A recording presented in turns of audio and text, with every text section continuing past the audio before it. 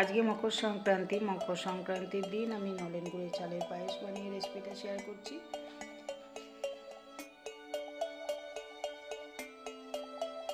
চালের পরিমাণটা বুঝিয়ে দিচ্ছি। দেখো বাটির ওজনটা হচ্ছে 30 গ্রাম, আর চালটা দেওয়ার পর 100 গ্রাম দেখাচ্ছে, মানে 70 গ্রাম মতো চাল নিয়েছি। পাটালিটাও 195 গ্রাম দেখাচ্ছে, মানে 30 গ্রাম, মানে 165 গ্রাম পাটালি নিয়েছি। আর দুধ নিয়েছি 2 প্যাকেট। অনেকের বুঝতে অসুবিধা হয় যে 2 প্যাকেট দুধ নিয়েছি, চাল কতটা দেব। যাদের বুঝতে অসুবিধা তাদের জন্য এই পরিমাপটা বুঝিয়ে দেওয়া। দুধটা আমি এলাচ দিয়ে ফুটিয়ে নিচ্ছি। ততক্ষণে গোবিন্দভোগ চালটা ভালো করে ধুয়ে পরিষ্কার করে 1 চামচের একটু কম ঘি মাখিয়ে রেখে দিচ্ছি। চালে ঘিটা মাখিয়ে নিয়ে পাশে সরিয়ে রাখলাম। এরপর কিশমিশ আর আমন্ডটাকে ভেজে নিতে হবে, সেই জন্য অল্প ঘি দিলাম। ঘিটা দেওয়ার পর আমি কিশমিশ আর আমন্ডটাকে ভেজে নিচ্ছি। অন্যদিকে পাশে ওভেনে আমি দুধটাও গরম করছি। দুধে আমি 2টো এলাচ দিয়েছি। দুধটা ফুটতে থাক, এদিকে এটাও দেখো ভাজা হয়ে গেছে।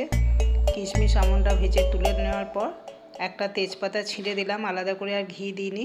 চালে যেহেতু ঘি মাখানো আছে, চালটাকে ভেজে নেব তেজপাতার সাথে, একটা আলাদা গন্ধ আসবে। এখানে আমি আলাদা করে কোনো এলাচ দিইনি, এলাচ যেহেতু দুধে দেওয়া রয়েছে সেই জন্য আলাদা করে এলাচ দেওয়ার দরকার নেই।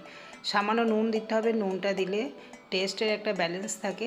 পায়েসে একটু নুন দিয়ে দেওয়ার চেষ্টা করবে। আমি যখনই পায়েস করি সামান্য নুন দিই। দুধটা ফুটে গেছে, এরপর দুধটাকে দিয়েও দিলাম। চালটাও ভালো করে ভাজা হয়ে গেছে। এইভাবে যদি পায়েস করো খেতে খুবই সুন্দর লাগে। আর চালটা যখন দেখবে কড়াই থেকে ছেড়ে আসছে তখন বুঝবে চালটা ঠিকমতো ভাজা হয়েছে। দুধের বাটি ধোয়া জল যেটা থাকে সেইটা দিলাম। একটু বাটি ধোয়া জলের সাথে 2 চামচ মিল্ক পাউডার মিশিয়ে রেখে দিলাম। এইটা আমি পরে দেব, ভিডিওটা স্কিপ করবে না, বুঝতে অসুবিধা হবে। ঢাকা সামান্য খুলে দিয়ে আমি এটা সিদ্ধ হতে দিয়েছি। ফ্লেমটাকে অবশ্যই লোতে রেখে দিতে হবে এই সময়। মাঝে মাঝে ঢাকা খুলে আমাকে নাড়াচাড়া করে নিতে হচ্ছে, যেহেতু দুধ মানে তলাটা যদি পুড়ে যায় সেই জন্য বারবার ঢাকা খুলে নাড়াচাড়া করে নিতে হবে। দুধের পরিমাণটা যখন কমে এসছে, চালটাও প্রায় 80% সিদ্ধ হয়ে গেছে, এই সময় কিশমিশটা দিয়ে দিলাম আর ভেজে রাখা আমন্ডটাও দিয়ে দিচ্ছি। দেখো এটা খুব সুন্দর সর পড়েছে।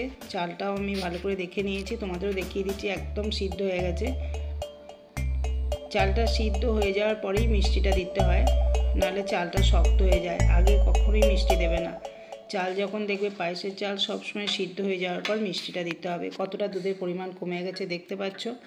এরপরে আমি পাটালিটা দেব, আর যে দুধটা মিল্ক পাউডারটা গুলে রেখেছি সেই মিল্ক পাউডারটাও দিয়ে দেবো। এইভাবে যদি পায়েস বানাও নলেন গুড় দিয়ে, খেতে খুব সুন্দর হয়। আর শীতকালে অবশ্যই আমি যেভাবে পায়েস বানালাম সেইভাবে বাড়িতে একবার ট্রাই করো, দেখবে কত সুন্দর খেতে হয়েছে।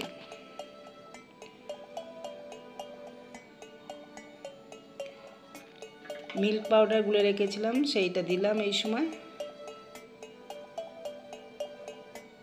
আবারও 2-3 মিনিট মতো রান্না করে নেব, ফ্লেমটাকে একদম লোতে রেখে।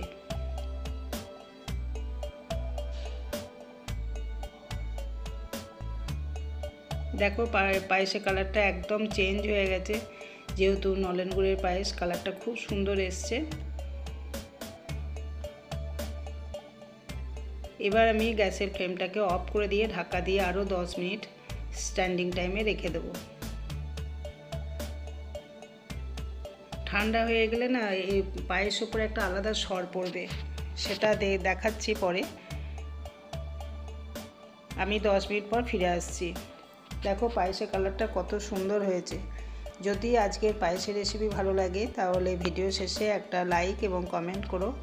নতুন কোনো বন্ধু আমার চ্যানেলে আসলে চ্যানেলটিকে অবশ্যই সাবস্ক্রাইব করে দিও। পুরো ভিডিওটা দেখার জন্য তোমাদেরকে অসংখ্য ধন্যবাদ।